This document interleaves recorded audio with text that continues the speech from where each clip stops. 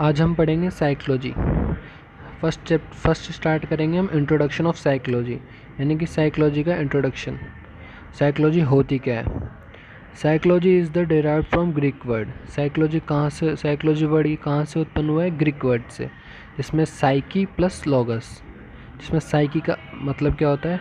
Soul, and logos मतलब study. Okay, then दोनों को मिला के क्या बोल सकते हैं हम? स्टडी ऑफ सोल, यानी कि आत्मा का अध्ययन करना, क्या कहलाता है? साइकोलॉजी। ऐसे ही बहुत सारे वैज्ञानिक आते रहे, साइकोलॉजी के बारे में उन्होंने अलग अलग अर्थ बताते रहे। साइकोलॉजी वर्ड का अलग अलग मीनिंग उन्होंने बताया। जैसे कि हमारे विलियम जेम्स थे। विलियम जेम्स नाम के एक वैज्ञानिक थे। उन्होंने क्या बोला? उन्होंने क्या किया, जो सोल, हमने सोल बताया था साइकी का अर्थ, है ना, उसके रिप्लेस में क्या कर दिया? माइंड, यानी कि स्टडी ऑफ माइंड, यानी कि माइंड का अध्ययन करना, क्या कहलाता है? साइकोलॉजी। विलियम जेम्स ने हमको ये बताया। फिर नेक्स्ट आए विलियम वुंड। विलियम वुंड नाम के वैज्ञानिक आए। उन्होंने क्या किया? उन्होंने माइंड के रिप्लेस में क्या कर दिया? कॉन्शियस एक्टिविटीज़ बताया। जो हमें पता होती है वो एक्टिविटीज़ हम जो करते हैं, उस एक्टिविटीज़ के बारे में बताया। इसी प्रकार बहुत सारे वैज्ञानिक आते रहे, उन्होंने अपनी अपनी थ्योरी अलग अलग साइकोलॉजी के लिए अलग अलग थ्योरी देते रहे, अलग अलग डेफिनेशन देते रहे। बट करंट टाइम में भी जो हम डेफिनेशन पढ़ते हैं वो है systematic study of human and animal behaviour. मतलब व्यवस्थित रूप से ह्यूमन एंड एनिमल दोनों के बिहेवियर का अध्ययन करना, क्या कहलाता है? साइकोलॉजी।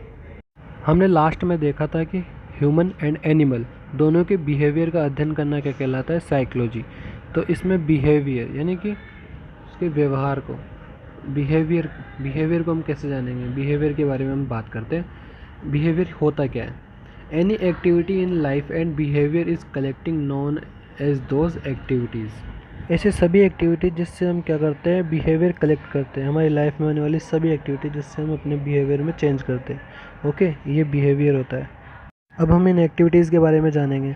फर्स्ट एक्टिविटीज़ है motor and connectivity activity. Okay, then second है cognitive activity, and third is affecting activity. First हम देखते हैं मोटार एक्टिविटी। इसमें क्या होता है? जितनी भी मूवमेंट वगैरह होती है वो सारी एक्टिविटीज़ इनमें आती है, जैसे रनिंग, स्विमिंग, वॉकिंग, टॉकिंग, सारी ये जो भी है सब मोटार एक्टिविटीज़ में आती है। सेकंड है कॉग्निटिव एक्टिविटीज़। कॉग्निटिव एक्टिविटीज़ में स्किल्स वगैरह आती है, जैसे थिंकिंग, लर्निंग, थॉट्स वगैरह अपन सोचते हैं, सारे ये सब इसी में आते हैं। And third is affecting activity. Affecting activities में love, fear, hate, angry, anxiety, ये सब एक्टिविटीज़ आती है। हमारे जो विलियम वुंड नाम के वैज्ञानिक थे, उन्होंने क्या किया था? उन्होंने फर्स्ट साइकोलॉजिकल लेबोरेटरी एस्टेब्लिश की थी, यानी तैयार की थी। कब की थी? 1879 में। इस पार्ट में हमने ओनली साइकोलॉजी के इंट्रोडक्शन के बारे में जाना। नेक्स्ट पार्ट में हम देखेंगे कि साइकोलॉजी के स्कोप्स क्या होते हैं, टाइप्स, साइकोलॉजी के टाइप्स के बारे में भी नेक्स्ट पार्ट में हम देखेंगे।